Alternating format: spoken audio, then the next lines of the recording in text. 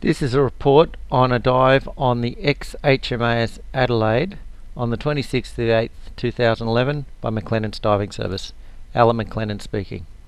We'll start off with a swim through deck 2 to look at the debris which may be loose in the area of the junior sailors' showers and mess.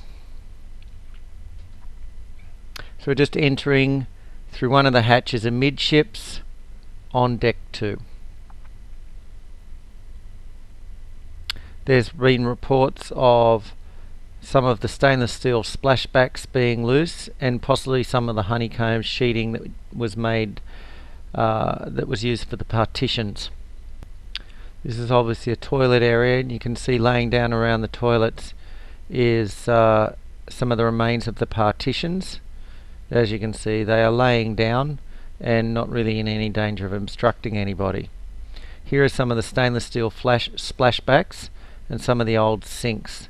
They do raise above the bottom and they are loose, but there is little chance of someone being obstructed by them. There is numerous ways out of the vessel. By the same token, removal of these items would not be terribly difficult. Moving forward now, and you'll see some more of these stainless steel splashbacks that were commonly used for shower cubicles.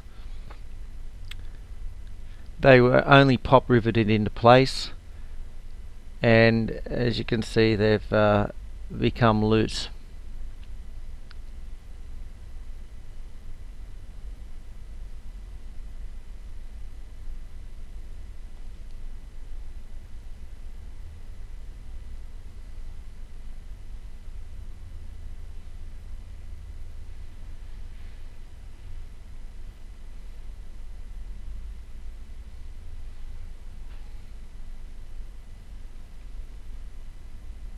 There's another piece laying on the ground there. We're in the area now of the junior female sailors' mess. Oh, and this is the first aid room and the operating table.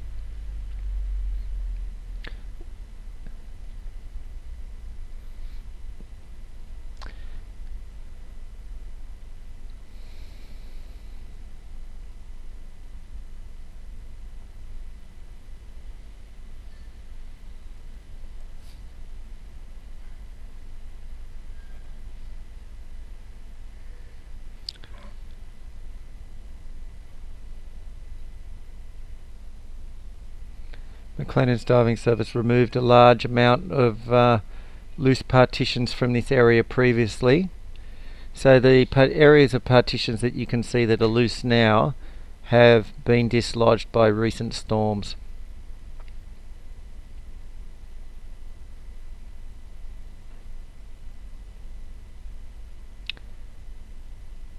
And this is the mess area and galley.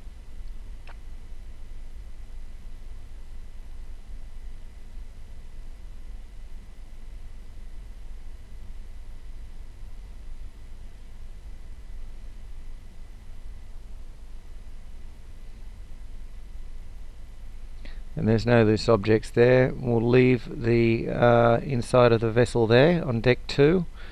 That was a typical view of what it's like throughout all of deck 2. We'll now move on to the reinstatement of some plenum grating. This is just on the port side, and it's on deck 3. And in this large air duct, you can see there that one section of grating is missing. See, the grating is in place in 3 sides, but just here the grating is missing. It had apparently been dislodged by ocean swell, and it was in fact laying just down at the base of this structure. So we recovered it and put it back into position, and we tied it with galvanized plastic coated wire. It's now very securely in position. Also checked the hanger light, and the loose cover for that is now missing. We wired up 2 doors, one in the smokestack and one on the port side amidships on deck 01. They were wired up with heavy duty galvanized wire.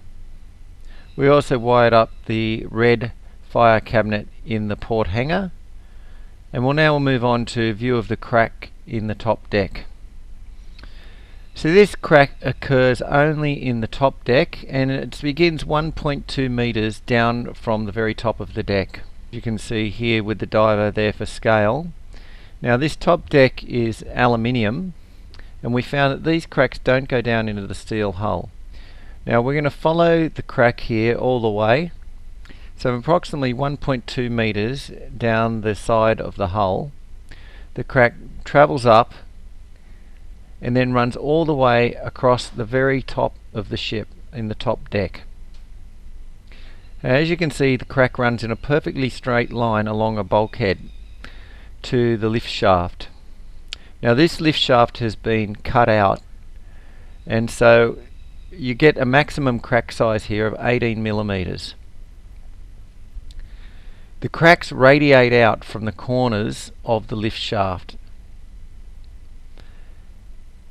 Now you can see another crack running out from this corner, and you can also see the spots where the lift shaft has been cut out with some type of angle grinder, and then the crack radiates out from the corners. Another crack runs a short distance away over the starboard side of the hull. It extends down the aluminium wall the same length as on the port side, approximately 1.2 meters, and then stops. If we continue on down to the main deck, deck number 1, there's no signs of any cracking. This deck is where the steel hull begins. As part of the inspection, we went around the entire deck of the vessel and found no cracking anywhere in the steel structure. It's interesting to compare the marine life on this occasion on the 26th of the 8th to 2 months ago when we were here. On this occasion, recently, you can see that the mast is now covered in all sorts of barnacles and sponges and lots of fish swimming around. Just 2 months ago when we dived here, the structure was quite barren of growth and there were no fish swimming around virtually at all. And now we have a rich variety of species rapidly taking over the vessel. Now we noticed extensive scouring of the sand, and you can see here these distinct craters that are caused by water moving through the blast holes in deck 4, and you can see further craters down that way. And panning down here again, you can see the distinct holes. In places they've cut through into the clay below the sand.